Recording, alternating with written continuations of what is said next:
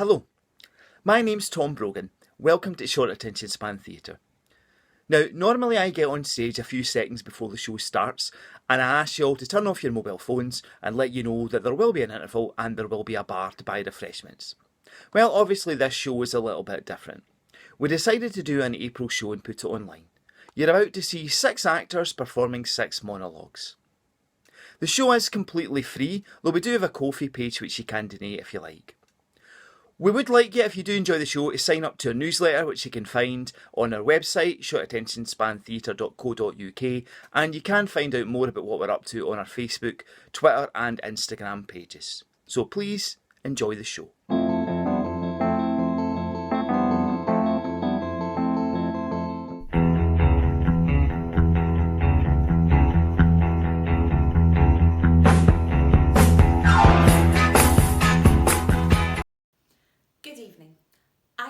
Representing the Society for the Preservation of the 1970s and to promote this, our new manual, Living the 70s. It will only be available in physical hardback form and will not be available in any other newfangled formats such as a CD and will certainly not be uploaded to the stream. There is an audio version planned for cassette tape and 8-track cartridge players. Now, before we go any further, it is important to define what the Society deems as the 70s, which is not, as many people may think, the entire 10 years of the decade. By the latter years, values were being eroded by subversive elements, most notably in popular music, such as the punk rocker Christy Burke, the futuristic sounds of the Nolan Sisters, and the new romantic sounds of the Village People. I once saw the Nolan Sisters. Not in concert, I might add. They were crossing the street heading for a Bernie Inn. Don't get me wrong, we are not prudes at the Society. We are hip and with it. We know that time and trends change. And I personally have friends, or friends of friends, who are fans of the popular grime artists of today, such as the Ed Sheeran Band and the Adeles. We know the idioms of the day too, but whereas your GOAT is Roger Federer, mine is David Cassidy. Yet how can we be sure, in a world that's constantly changing, how to live a woke lifestyle? That is where the Society and our manual comes in. Okay, Bloomer? Recent events have shown that many people were woefully prepared when it comes to food storage. The manual goes into detail of everything one should retain in the larder. Tins of Spam. Are we allowed to say brand names, or is this like Blue Peter with their sticky back plastic? Oh, okay, great. Carr's Water biscuits or savoury crackers of choice, Black Monjay, jelly or Angel Delight. Corned beef, Frey bento steak and kidney pie. Although if you have those, it might be useful to have an extra tin opener.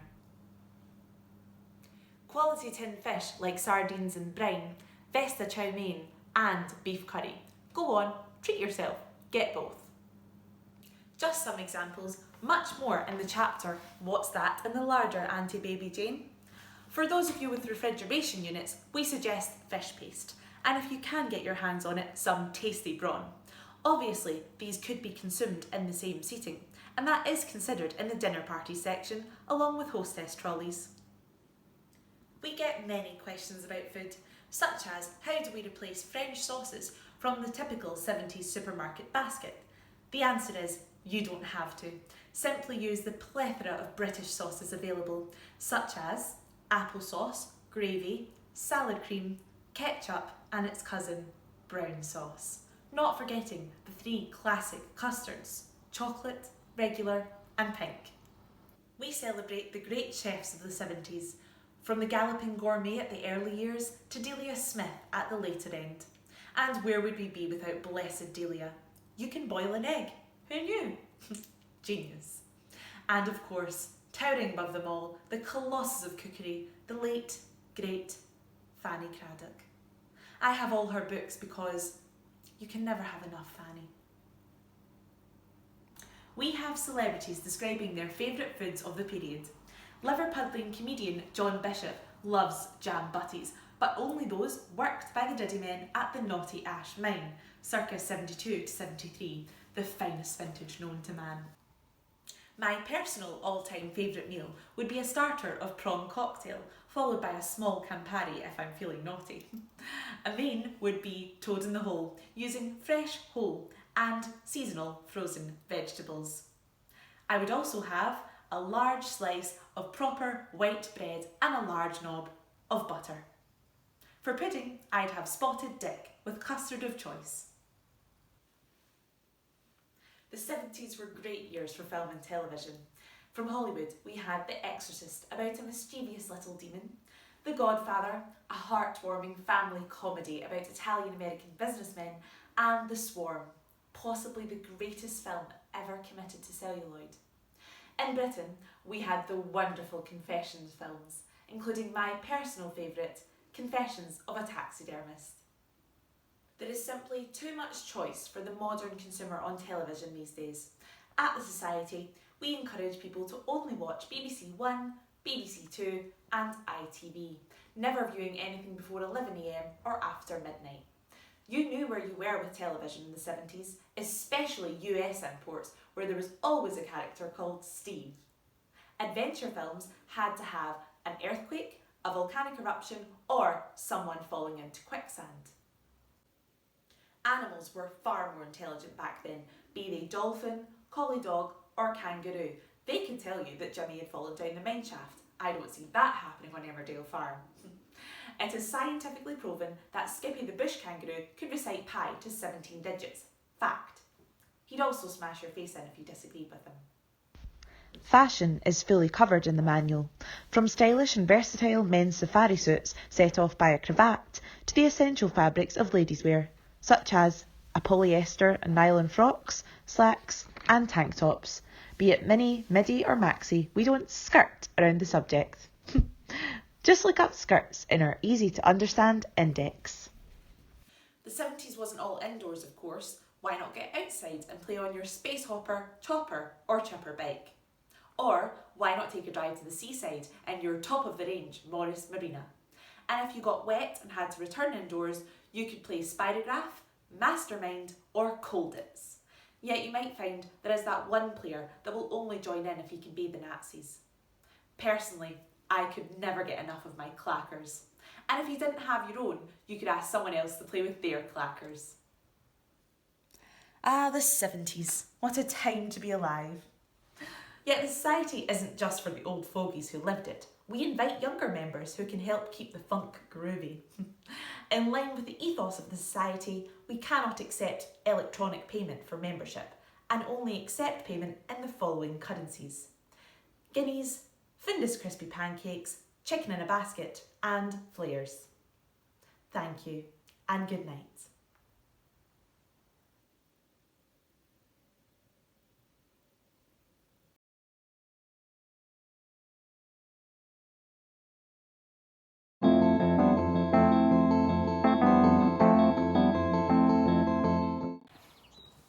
How you doing? You alright? Me? I'm just great. So good, so good. As you can see, I'm just chilling out here in my parents' garden. But if truth be told, I'm not sure how I got here. Do you ever get that? When you're in one place and then another, and you think, why and when did I come here? A minute ago, I was sitting in my mum and dad's living room, chatting away, asking them how their long weekend away went, eating some cookies they brought back and having a cup of tea. And let me tell you, those cookies were rather moorish. Oh, what about my folks, eh? I think they're both going through a midlife crisis at the same time. Their respective existential angst is all intermingled and creepy like some nightmarish mad Play-Doh all smooshed together and unsightly. Mum is gone vegan and she's got a tattoo. And Dad, he's taken up yoga and stopped being racist. Then there's these trips abroad. I mean, before, they thought that 5 days in Blackpool was adventurous. But now it's weeks away in Cambodia and helicopter rides over the Grand Canyon and wine tasting in Australia, and then this latest one. I can't wrap my head round it. My old mum and dad cutting about the red light district like it's totally normal. And it's not normal. Oh, I don't even want to think about it. My ma, that shy way, and my dad's stent ready to blow clean out his heart. My mate Davey was there, right? He told me some stories. The mind boggles. I'm no prude, but when it takes bestiality, ping pong balls and perishable foodstuffs to get your rocks off, I'm afraid I'm out. Luckily, I've got Mr. Bear here to remind me that we're fine and it's the outside world that's lost the plot. I was just sitting on the back of the couch. It cheered me up no end to see him again. You know, it's crazy, innit? There's some friends that, when you bump into each other, even if it's been years, such is the strength of your friendship. It's like you were never apart. Isn't that right, Mr. Bear? Oh, don't be that way. It wasn't that long. 17 years, 3 months and 11 days since we last hung out. It's very exact. Yeah, we did have something special. You were my best mate. You are my best mate. Ugh, be reasonable. You know how it is. I was just like all the other boys at that age. There was always something new that would come along, that was the new in thing, and it would take precedence. Remember, I was bonkers for Thundercats, and then the Ninja Turtles arrived on the scene, and it was as though Lionel never existed. Although, I did never forget Chitara. I always fancied her. You know what? I still do. Ugh, life just got in the way. I went to uni, started socialising more, going to new places, meeting new people, seeing girls, then I got a job and... Look, friendship is a two-way street. You were never around. It's not my fault that Mum put you up in the loft for over a decade. It's that bad. You feel broken inside. Ugh, look, that was never my intention for you to be so lonesome. Oh, look at you. I didn't know bears could cry, but you're weeping. No, let me comfort you. Let me comfort you, please. Come on, you can't give up. It's always darkest before the dawn, right? You need to hold on to hope. I know these sound like meaningless cliches, but I actually believe this shit. Look, you don't need to be alone, okay? I know I may have neglected you, but I promise I will never do that again. Please just let me help you. Remember those days when we would be all snuggled up on the couch watching films together? Star Wars and Indiana Jones, they were our favourites, right? And in those films, Harrison Ford was our guy. He taught us what it was like to be a hero. He taught us what it was like to be friends. I can be your hero, baby. I can kiss away the pain, and I will stand by you forever. You can take my breath away. I will be your Harrison Ford.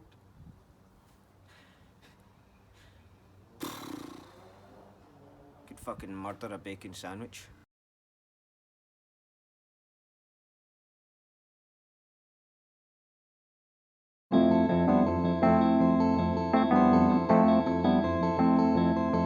It's 48 hours. It's 48 hours, and then everyone's on to something else, you know, someone else. And who knows? Who knows who it could be?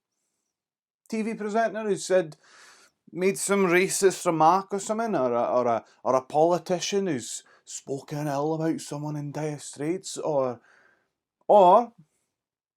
just your average normal like everyday punter who's done something ill-advised on camera. You know?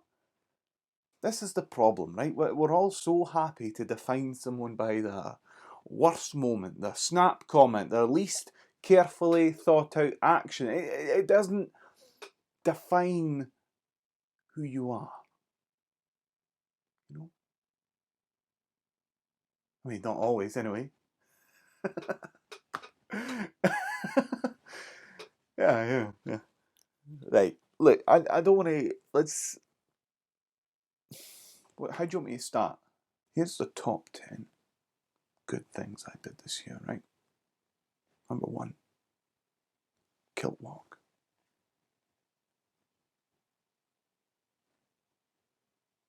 "16 miles. At least 100. No. No, it's not about that. It's not about how much I raised, no. What it's about the fact that I did it. No. Right, two. See, if I'm in the supermarket, I always let whoever's behind me, if they've got just like one item, I let them go. Let them go in front of me. You know? And sometimes I'll extend that to as many as like three items. You know? I mean, not if it's not proportionate. If I've got 4 items, it's probably not worth it. But if I've got 3 times as much as them, on you go, my friend. You know? It's not as scientific as that, but you get my point, yeah? Yeah? I don't want to insinuate. I'm not saying that all this makes me a good person, right? I think anyone in my position would do the same thing, but I'm trying to use this. I'm using these as counterpoints to how judging me on one thing, it's not entirely fair. It's not, right? 3. Only time there's a whip round at my work, you know, leaving do, birthdays, whatever, I pop a tenner in, you know. Don't care if I know them, if I don't know them, if I like them, if I don't like them, I pop a tenner in. Don't care what birthday it is, you know. 20, 30, tenner. 23, what's that? Tenner. Because their birthdays are getting fudged. Their birthdays, 23, that's no, what, so 56, what does that mean? It's nothing. 29, last year of your 20s, you've got a year left. But that's the point. You see, I could ignore that, but I do ignore that. You know, I do ignore that. I don't mind. I'll put a tenner in. You know, take the card, sign it, boof. And some people, they don't put a tenner in, they sign the card, and that's, you know, that's not on. But I just ignore that as well. But they shouldn't be signing that because it's, you know, the card. You know, the card is like right. The card is like the end credits at the end of a film. It's the people saying, "You're welcome." You know, you're welcome. I put a tenner in. I'm signing your card. You're welcome. Have a great day. Wishing you all the best. You know? Right. What was on? 3? 4. I was in Lidl's the other day, right? I was in Lidl's and a woman dropped a tenner. I picked it up and I gave it back to her. I didn't have to do that. I didn't have to. She didn't notice it.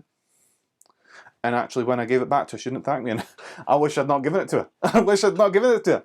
But I did. I thought about it, but I didn't do that. I gave it to her. You know? You know?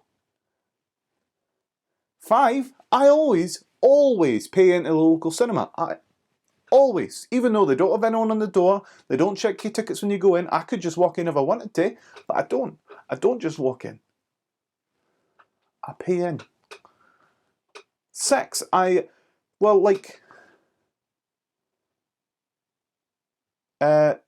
know what, it doesn't matter. Don't need 10. It's not about that. You get my point. Yeah? Right, my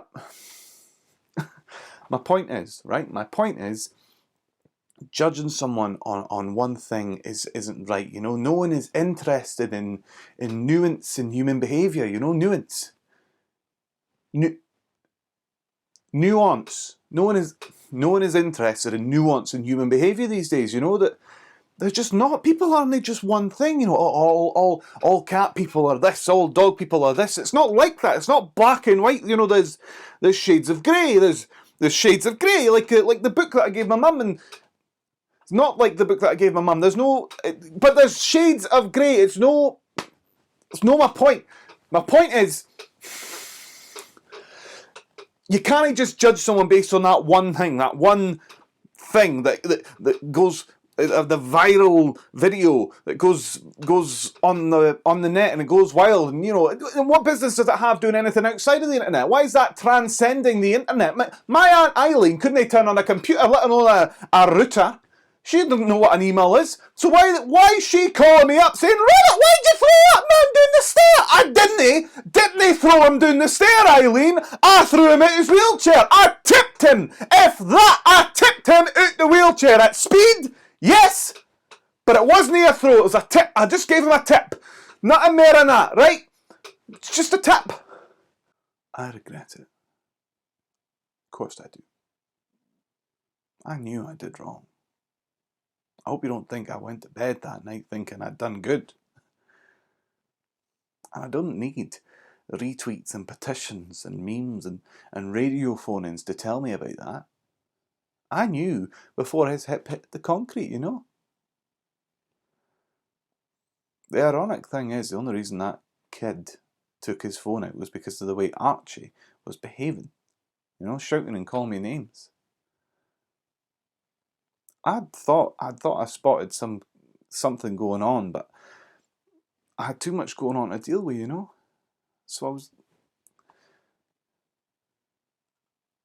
And now the kid's pretending he's got ethics. He's doing a public service. But actually, all he was doing was filming a vulnerable old man having a bad day. Why is Piers Morgan calling me the lowest of the low? Lorraine Kelly saying, I'd love to teach that young man some manners. What's that about? Dan Walker's interviewing Archie. A remarkable man he's called. Of course he's a remarkable man with you, Dan. He's on your sofa, he's on national telly, he's playing it up. You try taking him round Scotland next Tuesday and see what happens then. Some boy called Timmy Mallet says he's bringing back, what is it, Mallet's Mallet? For idiots like me. What's that about? I don't know you. I don't know this guy, Timmy Mallet, and now he's got a Saturday morning series on Boomerang off the back of me. I'm just praying for some racist comment by someone who's still relevant to take the heat off me.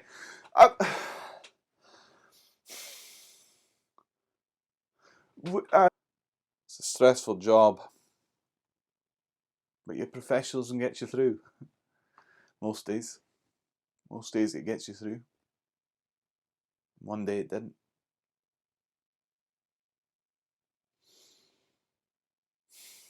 I hadn't set out to tip his wheelchair that day, it just get... Okay, no, it didn't just happen. I wanted to do it. I wanted to shut him up. And that would do it. Obviously it's not a good look, a carer tipping his carey out of a wheelchair. Archie milked it though. Milked it. It wasn't that bad. There was no need. All that groaning. There was no need for it. He was just doing it to make me look worse. And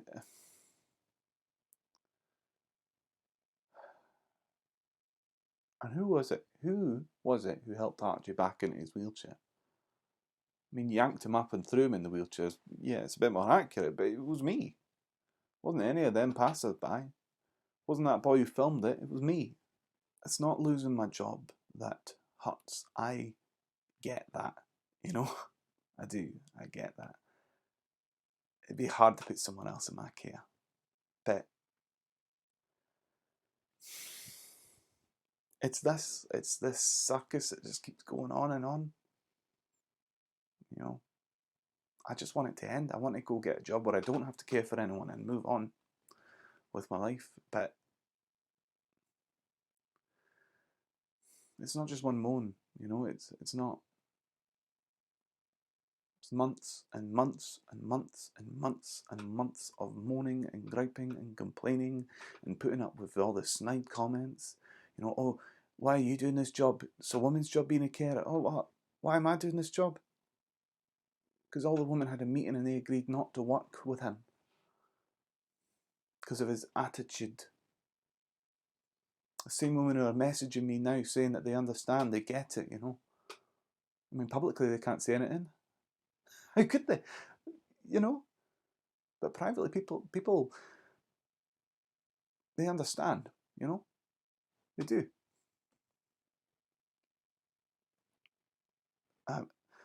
And these people who are hating me, you know, they all think themselves coming from a justified place, you know, from a place of righteousness. But every single one of them has had a moment of anger, a misjudged action, a lack of clarity for just a second, a lack of compassion. But it's so easy to forget about that. It's easy to forget about your own sins when there's someone else to be vilified. I've had threats of physical violence against me, and they think that they're coming from, they think they're in the right. That's what I mean when I'm saying like shades of grey. And they go home and they forget about it. And there's damage done there that they haven't taken responsibility for. There's consequences that they just won't take responsibility for, you know?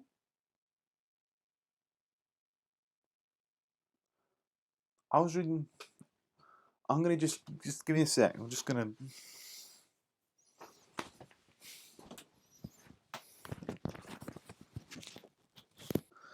I've been reading this and I'm rereading it, and I just...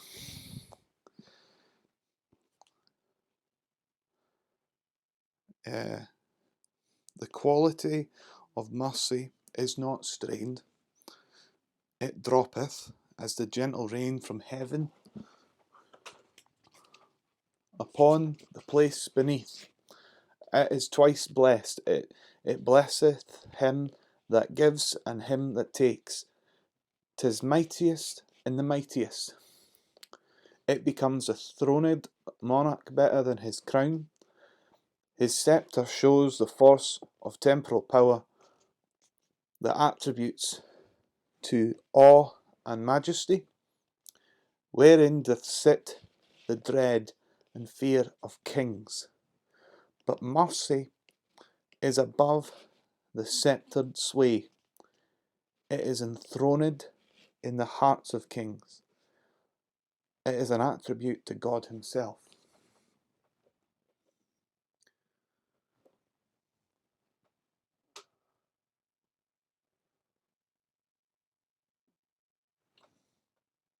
I don't know, man, I just keep rereading that, you know.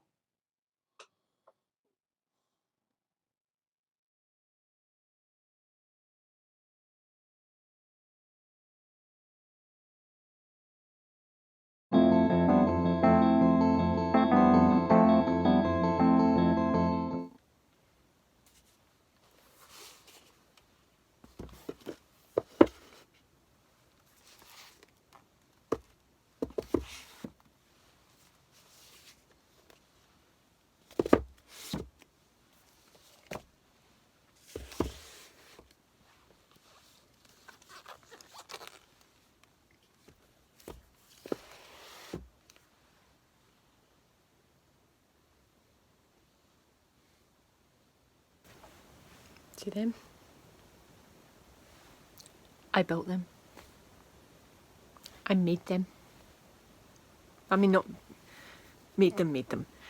I assembled them with my own two hands, and with this.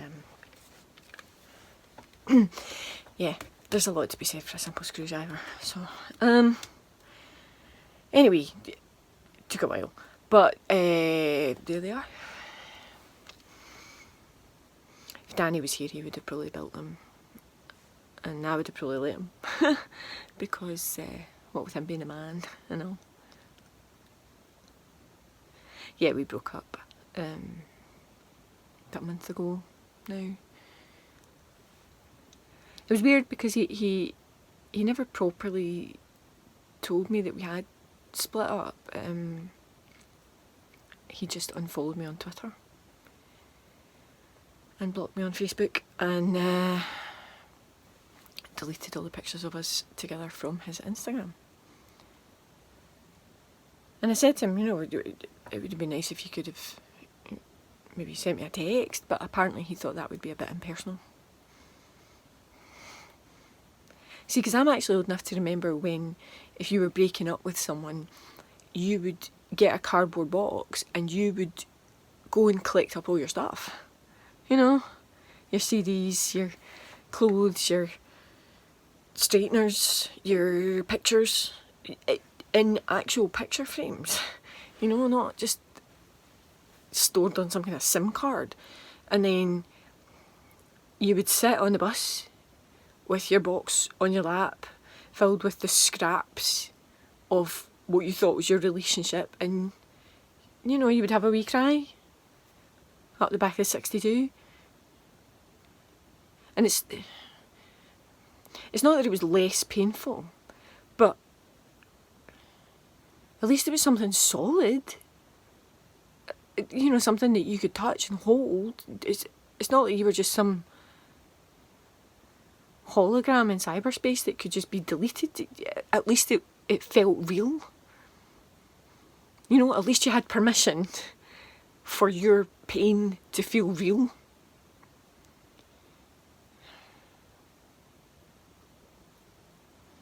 My friends want me to go on Tinder.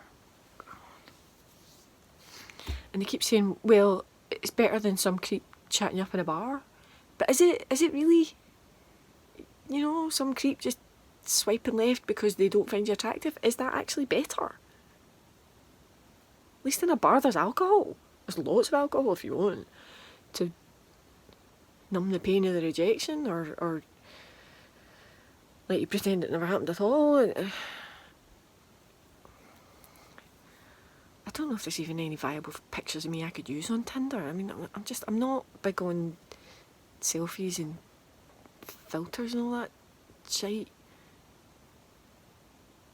I found an old photo wallet, Fujifilm, it says on the front, and it's full of all these photographs of me and my mates when we were 13, 14. It was a school trip to Lake Windermere, and we'd all taken our disposable cameras with us.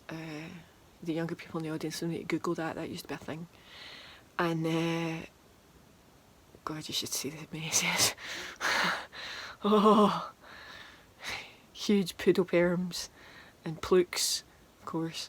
Fake Benzini jumpers from the dodgy local market. Reebok high tops.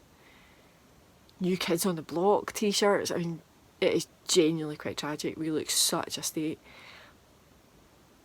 But we're also laughing and doing silly poses and pulling funny faces and just being goofy and having tons of fun. And I genuinely wonder whether teenagers today are actually having any fun. Or 20-somethings for that matter. There's so much pressure to look perfect, to cook perfect, to just be perfect. And I mean, my God, perfect is boring. It's so boring. Although I must admit, I had thought about maybe posting some pictures of them on the internet. My perfect bookcases. I thought maybe it might make Danny jealous. I mean, I know it's insane, but I thought maybe he would see them and he would wonder if a guy had built them for me. A guy that I might be dating. Although, of course, you would probably see them and think, oh my goodness, she's so celibate that she's got time to build an entire spinster library. Of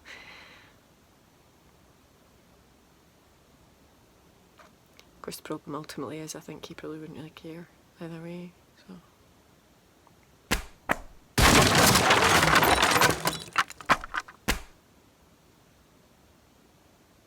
That'll be my handiwork. Excellent.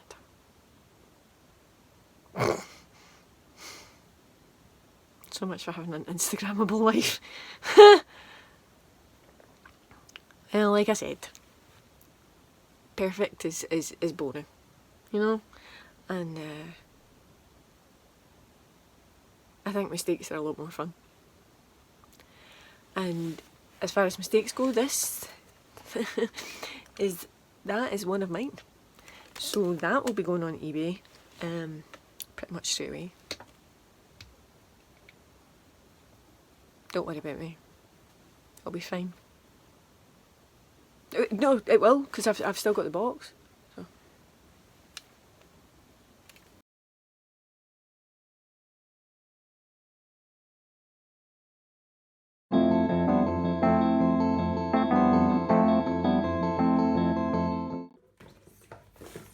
One, two, three.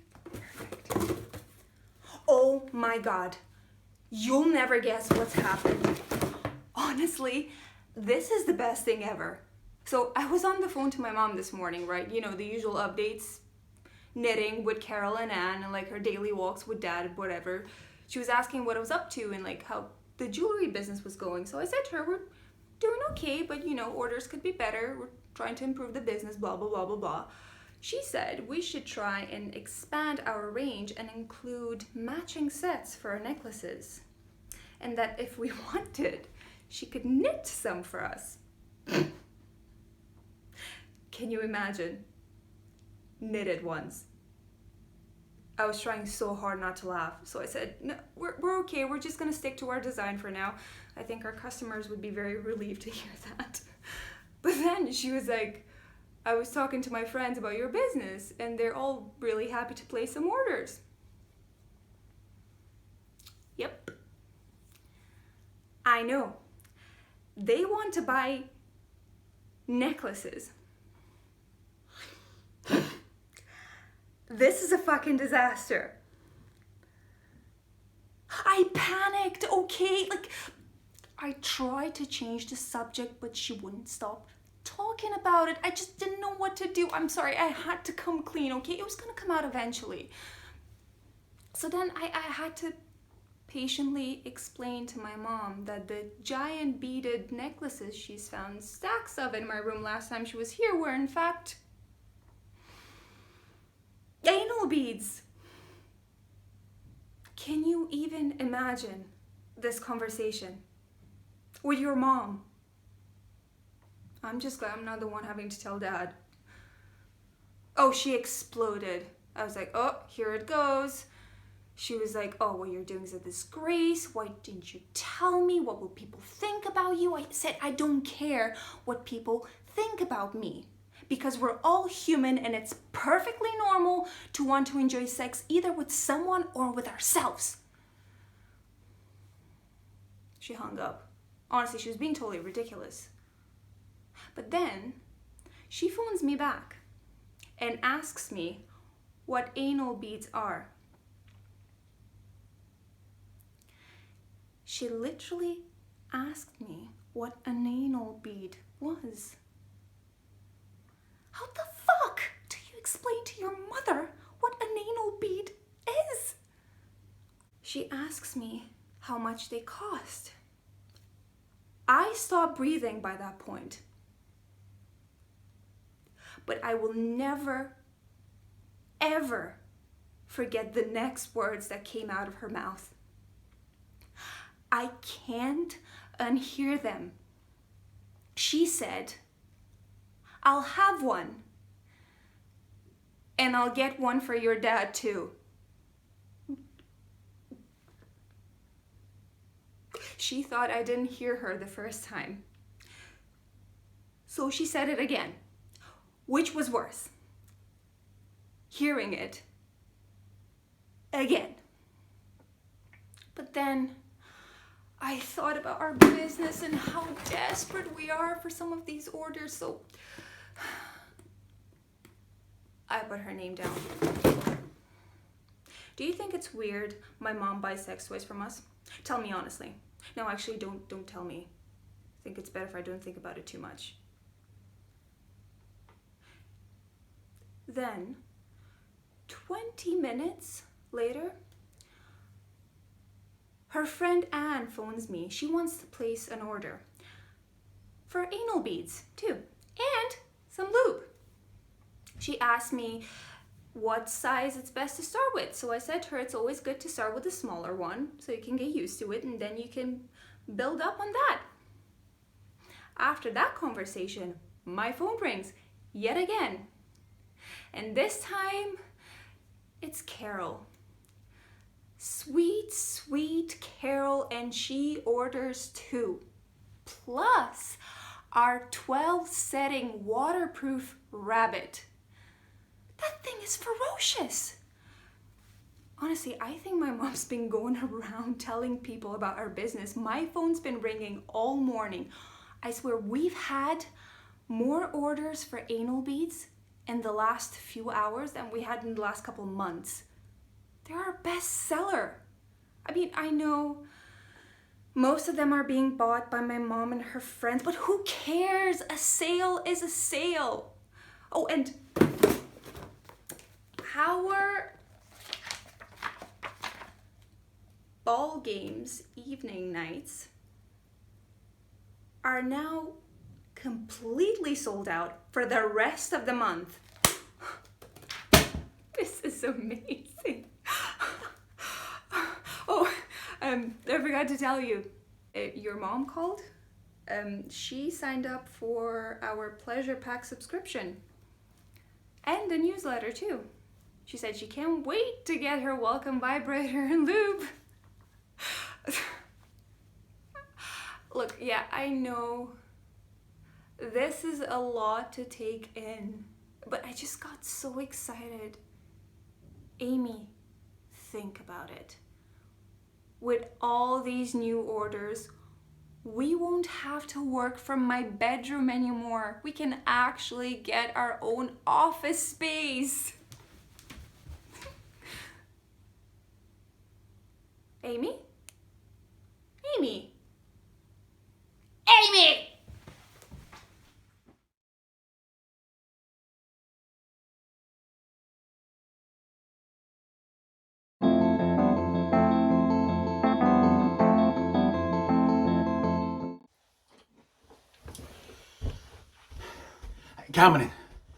Cameron, listen, it's not working. I've tried. I have.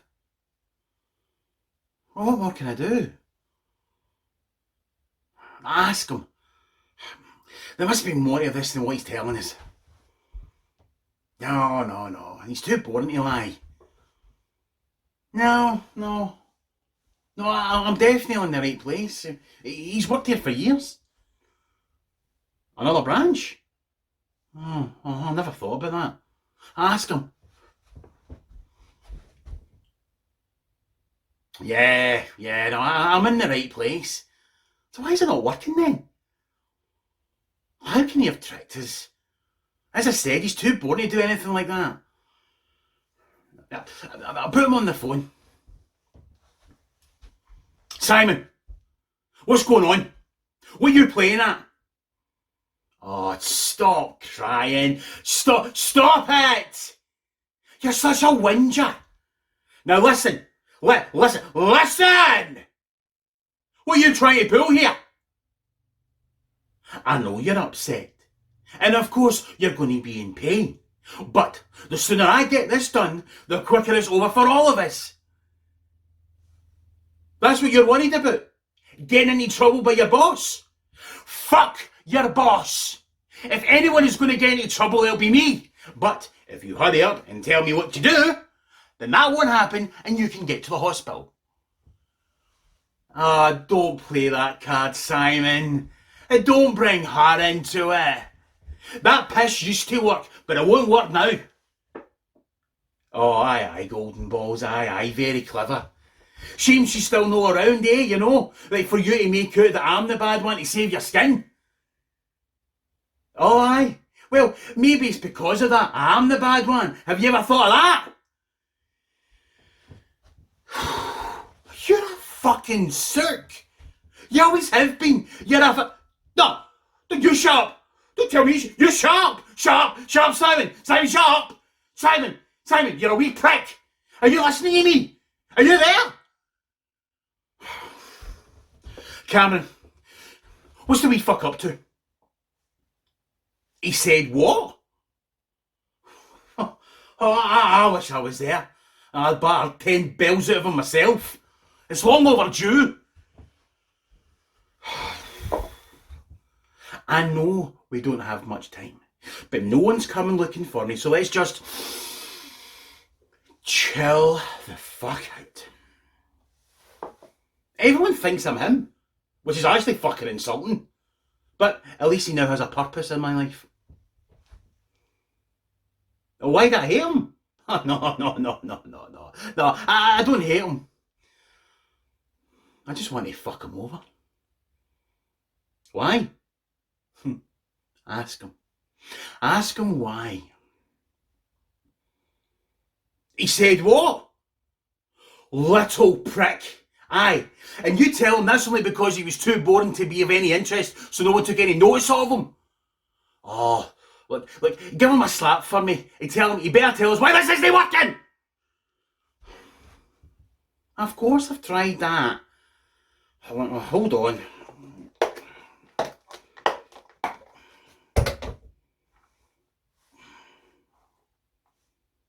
Aye. Aye, it's right. Aye, it's right. Ask him if it's right. Right. It's right. What? No one's changed anything since I've been here. I've told you, no one suspects. They think I'm him. I had to practice at being really bland though. Don't tell them that.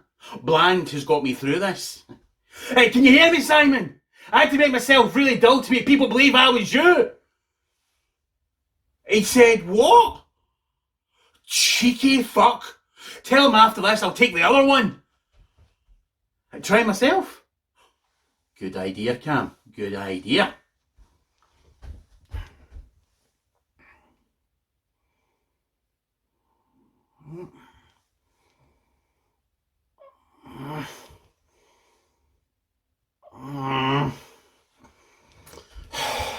No, it's not working. Maybe they've changed the security entry. Maybe it's retinal scanning now. Hold on, I'll try my eye.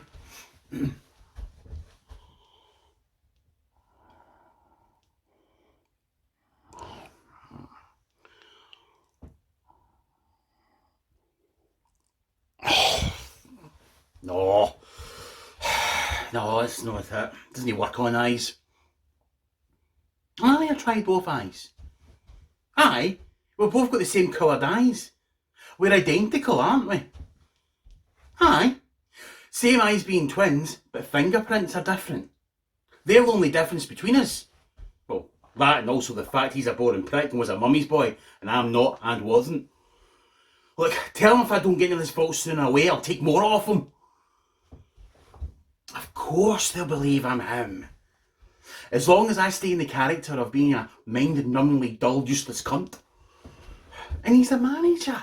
Why would his staff question him leaving work early? He's saying what? I'm stupid. That's why I haven't figured it out yet. Oh, aye. Just because he went to university, he's smarter than me. Look, just tell him that while he was busy reading, I was out grafting and having a real life. Spoiled wee twat. What? He's saying he was Mum's favourite because he was more like her and I was like Dad. Oh, for fuck's sake, I'm going to cut off more on his thumb when I see him. He's asking why he was more like Mum. What other difference do we have apart from Mum liking him more than me? Oh, just going to batter him for me, will ye? What difference do me and him have that he was more like mum and me like dad? I'm just gonna tell him to stop with his games and just tell me what the fuck he's on about! Well, what hand do I write with? Well, my right, of course, why? What hand does he write with? Well, he's right, isn't it? Oh, no. Now, wait a minute. Mum was left-handed and he's left-handed too. Oh, fuck! The fuck! Fuck! I've cut off the wrong fucking thumb! That's why it's not working. He secured the vault with his left thumbprint. Bastard! Oh, hold him down. I'm coming round to cut the other one off. The right one this time. I mean the left one. Oh, what's that? Oh, shit! It's the alarm!